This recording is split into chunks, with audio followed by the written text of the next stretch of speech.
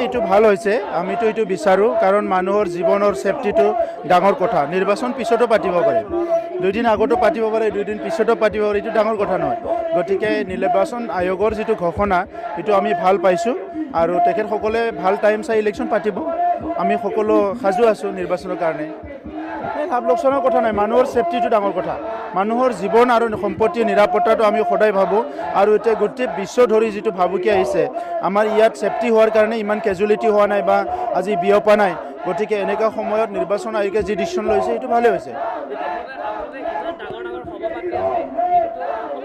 নাই, এইটো থাকি যাব, ইয়াৰ কাৰণে একো লছ নহয়, এইটো অথলে নাযায়। সভাটো পাতিছে, ৰাইজে সজাগ হৈছে, সজাগটো কৰিবই লাগিব। গতিকে এইটো একো ক্ষতি নহয়। নিৰ্বাচনৰ কাৰণে আপুনি কালি হ'লেও মিটিং পাতিবলৈ আজি হ'লেও পাতিব লাগিব। আজি মিটিং পাতি আছিলে, যিহেতু চলি আছিলে, অহাকালি তেখেতসকলে পুনৰ ডেট ঘোষণা কৰিব। কেতিয়া কেম্পিঙৰ ডেট ঘোষণা কৰিব, নিৰ্বাচনৰ ডেট ঘোষণা কৰিব। কেণ্ডিডেট অলৰেডি হৈ গ'ল স্ক্ৰুটিনি, অহাকালি ফাইনেল লিষ্ট উইথড্ৰ কৰাৰ পিছত ফাইনেল লিষ্ট ঘোষণা হ'ব। গতিকে প্ৰক্ৰিয়াটো চলি থাকে, প্ৰব্লেম নাই। নাই, ডিজিটেল বুলি কথা নাই। এতিয়া আমাকতো মানে বাধা দিয়া নাই কেম্পিং কৰিবৰ কাৰণে। ডাঙৰ ডাঙৰ মেল মিটিংহে কৰিব নোৱাৰে, আলোচনা বিলোচনা চলি থাকিব মানুহৰ মাজত।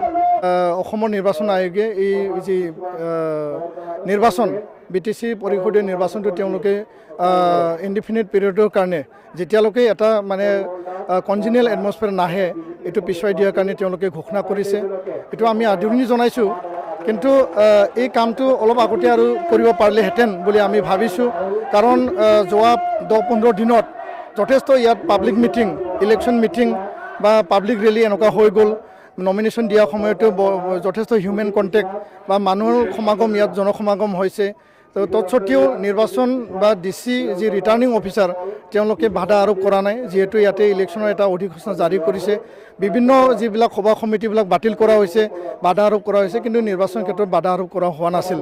তো আমি শংকাত ভুগি আছিলোঁ যে নিৰ্বাচন আয়োগ বা ভাৰত চৰকাৰ, অসম চৰকাৰে কি সিদ্ধান্ত দিব।